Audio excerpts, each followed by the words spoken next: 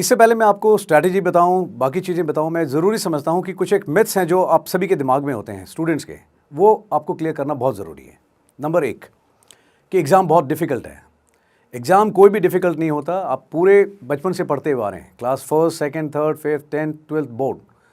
Exam कोई भी हो वो उतना ही डिफ़िकल्ट है जितना आपके दिमाग में है। तो प्लीज़ इस बात को क्लियर कीजिए कि एग्ज़ाम इज़ नॉट डिफ़िकल्ट। तैयारी कम या ज़्यादा हो सकती है। तैयारी अगर कमज़ोर है तो एग्ज़ाम डिफ़िकल्ट है, अगर तैयारी मजबूती से करेंगे तो कोई एग्ज़ाम डिफ़िकल्ट नहीं है। नंबर 1। नंबर 2, ज़्यादातर स्टूडेंट्स जो मेरे पास आते हैं, मैंने उनको देखा है, वो कहते हैं सर हमने एक कोर्स सब्सक्राइब किया है।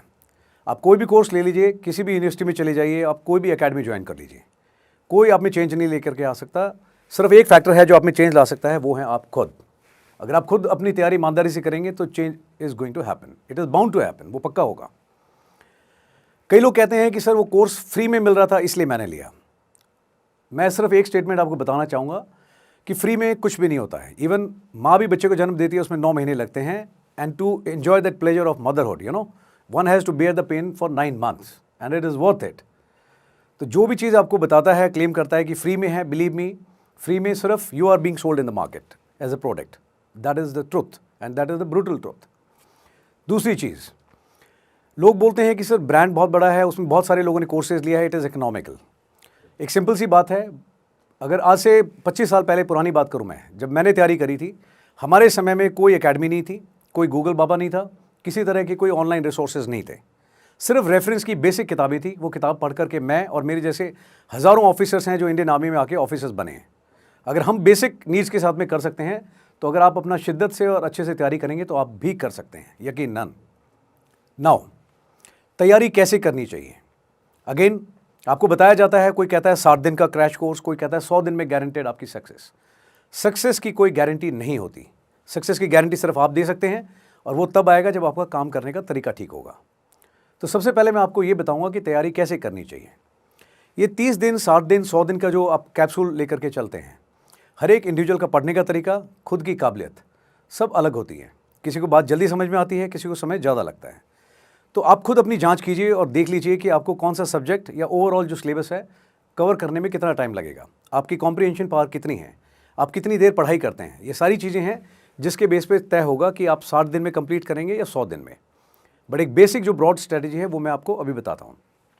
नंबर 1, अगर मैंने तैयारी करनी है, मैं सबसे पहले क्या करूँगा? मैं सबसे पहले इंडियन आर्मी या एयरफोर्स या नेवी की ऑफिशियल वेबसाइट पर जाऊँगा, डायरेक्ट फ्रॉम हॉर्सेज माउथ, बजाय किसी एकेडमी या किसी ऑनलाइन सोर्स में जाने के लिए। जो आपका एग्ज़ाम लेगा, उस एजेंसी के द्वारा आपके लिए जो मापदंड बताया गया है, जो सिलेबस है, मैं उसकी कॉपी, एक प्रिंट आउट निकालूंगा। प्रिंट आउट निकालने के बाद में आपको देखना चाहिए कि क्या उसके अंदर ऐसे सब्जेक्ट्स हैं, सब्जेक्ट वाइज आपको देखना चाहिए डिटेल में कि इस सब्जेक्ट के अंदर 1, 2, 3, 4 ये 4 वो चीज़ें हैं जो मेरी पकड़ में हैं, मेरा कोर कॉम्पिटेंसी है और इसके अंदर मैं बिल्कुल यकीनन बहुत अच्छा करूँगा। दूसरी चीज़, आपको अपने ग्रे एरियाज आइडेंटिफाई करने चाहिए कि ये वो सब्जेक्ट हैं जिसके अंदर मेरी कमज़ोरी है। आपको वो अलग से फ्लैग करना चाहिए ताकि आप उस पर ज़्यादा जोर लगा सकें, ज़्यादा उसको अच्छे से अपनी पकड़ मजबूत कर सकें। पहली चीज़, ज़्यादातर स्टूडेंट्स को मैंने देखा है, उनको ये भी नहीं पता होता कि कहाँ से उन्होंने सिलेबस निकालना है। वो गूगल ओपन सोर्सेज से लेते हैं। नो, गलत तरीका। आप जो वेबसाइट है ऑफिशियल, वहाँ से निकालिए एक सिलेबस की कॉपी और एक पुराना सैम्पल पेपर। अगर 3 घंटे का आपका एग्जाम है, आप लड़ाई में जिस हालत में आपने जाना है, बिल्कुल उन्हीं परिस्थितियों में आपको लड़ाई के लिए तैयारी करनी चाहिए। एक अच्छा और काबिल स्टूडेंट मैं उसको मानता हूँ जो 3 घंटे का पेपर बिल्कुल टेबल कुर्सी पे बैठ के एक बारी में अटेम्प्ट करके देखे। बिफोर यू स्टार्ट प्रिपेयरिंग, सबसे पहली चीज़ आपको ये करनी चाहिए। इसको करने से 2 चीज़ें होंगी। पहली चीज़, आपको पता लगेगा कि आपका प्रेजेंट लेवल ऑफ प्रिपरेशन कितना है। आपको आइडिया होगा कि 100 में से 50% मेरी तैयारी है, या 60% है, या 40% है।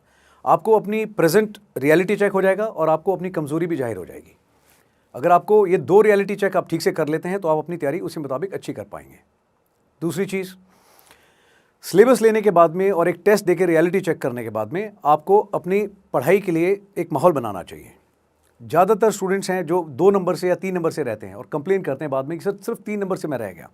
एंड मैंने उनको रोते हुए देखा है, बट मैंने उनको कभी सिंपैथी नहीं दी। मैंने हमेशा डांट ही लगाई है और ये बताया है कि अगर 3 नंबर से, 5 नंबर से, 10 नंबर से फेल हुए हैं, उसके 2 मेजर रीजंस हैं। नंबर 1, जो बार बार इन्वायरमेंट में बताया जाता है थ्रू डिफरेंट सोर्सेज कि कट ऑफ इस साल इतना गया है, दैट इज़ नंबर 1 रीज़न। और दूसरी चीज़, आपका तैयारी करने का तरीका। 100% जिम्मेदारी आप ही को लेनी पड़ेगी अगर आप ये 10 या 15 नंबर से अगर रह गए एग्जाम में।